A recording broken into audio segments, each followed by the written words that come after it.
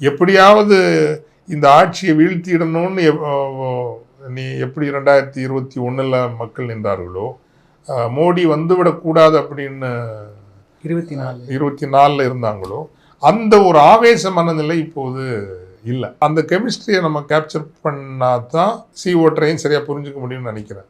அதனால் ஒரு 2-3 தொகுதி ஜெயிக்கிறது அவங்களுக்கு கடினமாக இருக்காதோங்கிறது என்னுடைய ஒரு அனுமானம். நான் ஆய்ந்து அறிந்து சொல்வதல்ல.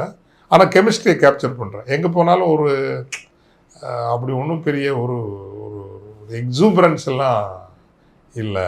இவங்களை கட்டாயம் இவங்களை கொண்டு வந்தே ஆகணும் அப்படிங்கிற ஒரு மனநிலையில் மக்கள் இல்லைங்கிறத புரிஞ்சுக்க முடியுது.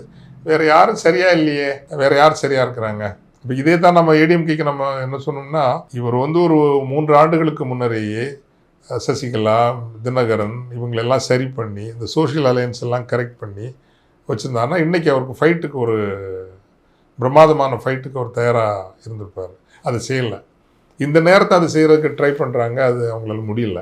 இன்னொரு பக்கம் பிஜேபியும் இந்த கட்சியை அழிஞ்சா தேவையில்லைன்னு தான் நினைக்குது. அந்த இடத்த எதிர்காலத்தில் நமக்கு தான் அது இயல்பாக சேரும்னு அவங்க நினைக்கிறாங்க. அதனால் அந்த கட்சியினுடைய அழிவை பாஜக விரும்புகிறது. ஸோ இப்படிப்பட்ட ஒரு சூழலில் இட் இஸ் அட்வான்டேஜ் டிஎம்கே.